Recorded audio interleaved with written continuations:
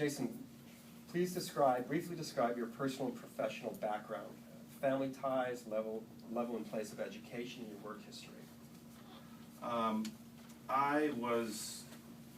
did real estate. She was an agent for John Douglas. My dad did real estate. He sold down in Long Beach. And my grandfather did real estate way back when. He was an entrepreneur as well, so I kind of grew up around it. I was one of the kids that, I knew what compounded interest was at 6. I had a balanced stock portfolio by 12. I was in limited partnerships by 16. I lost everything I owned, I think, when I was 18. And then I knew that I always wanted to do real estate. So I went to state school, San Diego State, and got all the partying out of my system. Well, not all of it, but most of it. Then I finished up at USC in real estate school, which was really, really awesome. I was a B student throughout college, and then until I got into my real estate classes, and I got literally an A in every real estate class I took because I was just so into it. After that, my first job in real estate, I got a job out of college. I was like so lucky. He said, great, here's your desk, here's a computer, here's a phone. I'm here for questions, and if you're not making me $100,000 a year, you're fired. Okay, so I jumped into that. I self-taught slamming phones, calling people that didn't want to talk to me. If you think cold calling in residential is tough, try trying to cold call CFOs. That's what you do in commercial for office and industrial and such. Very, very tough. But I did it. I did it for 5 years. I got a skill set that helped me stand out when I transitioned to residential real estate because in commercial real estate there's a higher level of sophistication required, a higher level of objectivity, fiduciary duty. It's like the big leagues, so you can't kind of be like a weekend warrior and like, oh, I'm just going to go, do some of this. It's quite a long hill to do. So once I did that, and I did enough commercial deals to know that I didn't want to deal with CFOs and CEOs because life is too short to deal with those people, especially in the entertainment industry, was my thing. And I happened to do a couple of residential deals, and I was like, whoa, they're actually appreciative? That's amazing. Wow, I helped them. We had fun. That's cool. So I transitioned out of commercial into residential, and then I just started doing what I called the genesis of my business. Was basically, if anyone remembers the old Sprint marketing campaign, Friends and Family, was there, I don't know, way back when. So I called my business Friends and Family. That's just what I did, and and that's how I started, and people started using me and like that, and that was kind of how I got to having Rock Real Estate, which is morphed into Rock Realty Group, and that's kind of where I've been, how I got here. I've always loved it. I always, say to myself, do I work every day or do I never work? That's kind of the attitude I like to keep, so that I stay fun, stay enjoying it, and I guess helping people. Something like that. Thank you. So, talk to us about your most common behaviors, your values, your virtues, and your accomplishments. Okay. My most common behaviors, I'm a wacky guy. I like comedy.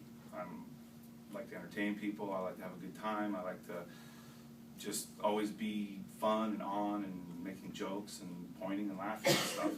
And that, I think, is the way I see the world, and that's just the way I react, and I'll share stuff and people laugh, and that is, I think, one of the things that just helps me, break the ice. If you share something funny with someone, you kind of share a moment, and it kind of brings you together, so you're kind of on the same side looking at something, which creates connectivity with you and people.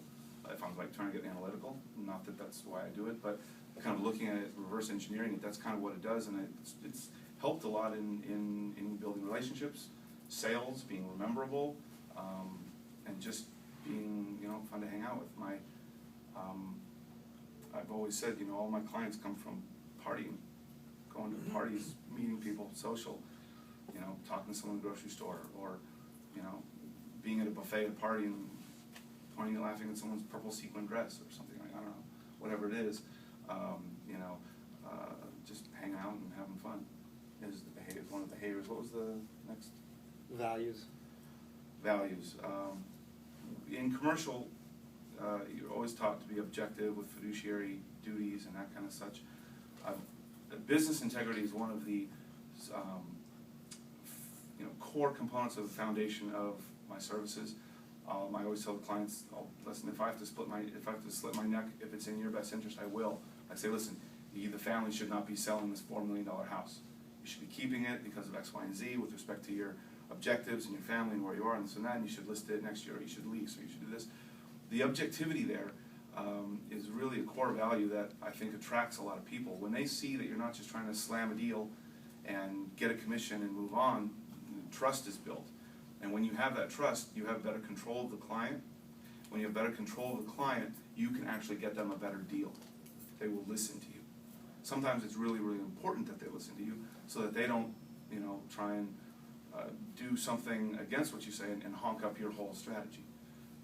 And the trust is important, and you get that through them understanding that, you will, listen, if you can grab $200 from escrow, do that. If you can, grind somebody for something else, say, I think we can get another $5K here, and I don't think we're gonna jeopardize the deal. Watch this. Or, like that kind of thing. That's very, very important in the services that I provide as well. And so integrity would be one of the main values, business integrity. And then what was the next one after values? Virtues? Virtues, I don't know, honesty, trustworthiness, friendly, always happy to help out in a pinch. If someone, needs some jumper cables, you do that, or that kind of thing. Just friendly neighbor, nice guy. They say we come in last, I'm here to disprove that theory. Not here.